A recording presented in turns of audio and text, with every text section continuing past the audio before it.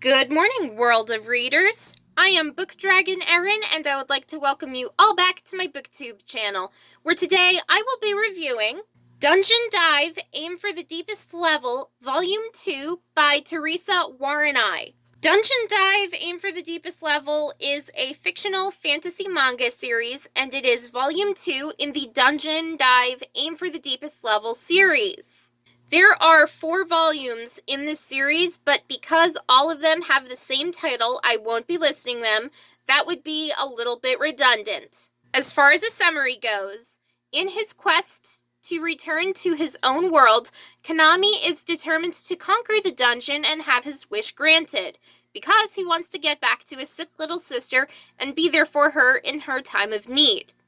To do so, he's teamed up with Dia, a sword fighter whose magic stats are off the charts.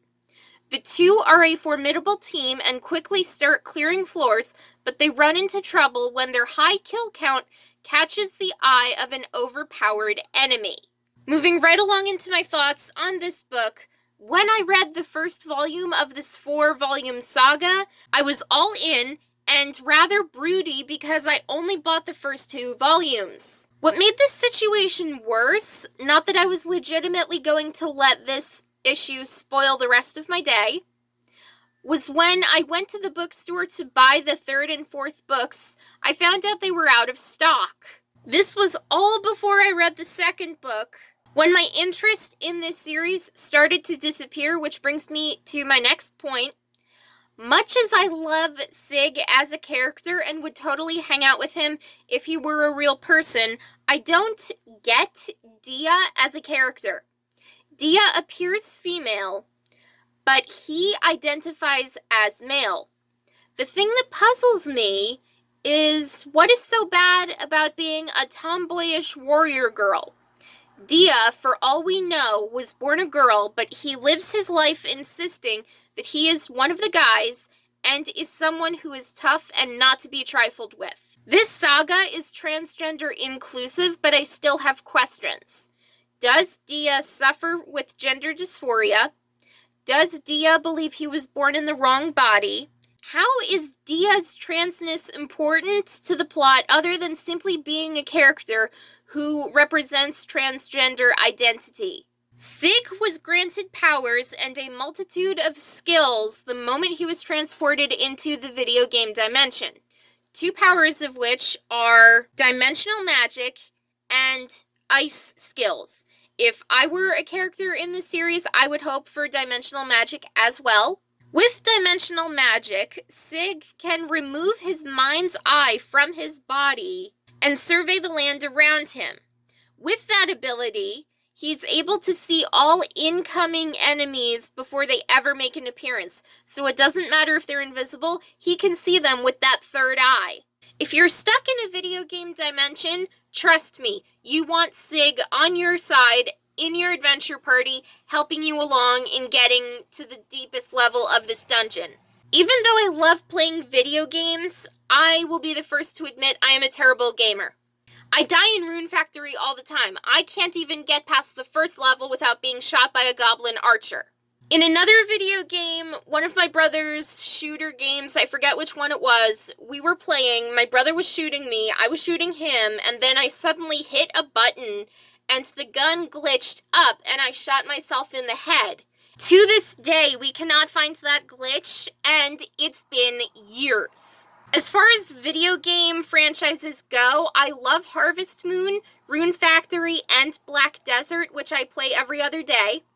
And despite my huge collection of video games, I have only completed a handful of them because I'm one of those gamers who appreciates the world-building concepts and art styles more than playing the video game for the actual plot, which is why I've only completed 3 Harvest Moon games and none of the Rune Factory games. All that aside, if I was somehow transported into a video game world like Dungeon Dive or Harvest Moon or Rune Factory, my whole being would be bursting with jovial fireworks because I would be so freaking happy. Continuing my discussion of video games and other media, if you're looking to play a video game that's fairly similar to the Dungeon Dive manga, play any of the Rune Factory games. And if you want to watch a movie that has Dungeon Dive vibes, go watch all the Tron movies. The vintage classic, which I love, and the modern remake, which is so good.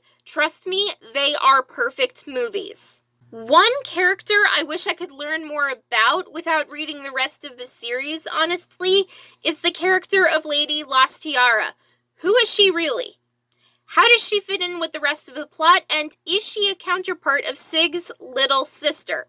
How does she know Sig, even though they've only met twice? Once when on the road to adventure, and once more in the tavern attic where she leveled up Sig. I have so many questions, but I don't think they'll be answered anytime soon, because honestly, I don't see myself reading the rest of the series. Moving along into my final notes, I rated this book 3 out of 5 stars. As far as my official review, I started out absolutely loving this series, but right now I'm not so sure that I want to continue reading this. I neither loved this volume nor hated it, so I'm somewhere in between. I like Sig as a character, but I still don't understand Dia. The series is inclusive to transgenderism, but how does that fit in with the rest of the plot? How is that detail connected to the story more than just an inclusive aspect to a promising storyline already? I would have liked more battle and gamer talk, though I loved how Sig explained away his dimensional skills as a secret of his people, to not give away that he's actually not from this video game dimension. I probably would not have done the same thing you did, but I would hope that I would be able to be smart enough to think very fast on my feet to do something like what you did. In reading this series, I have more questions than answers, and not all in the good way.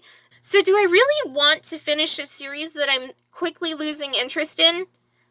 I don't think so. This series, I'm done after this book. That's it for me. I'm gonna move on to the next series that I will hopefully enjoy a lot more than this one.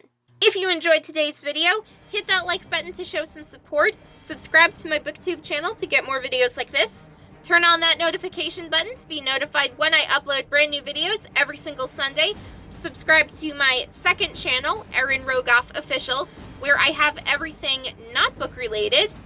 Keep on reading and have a great day, everyone!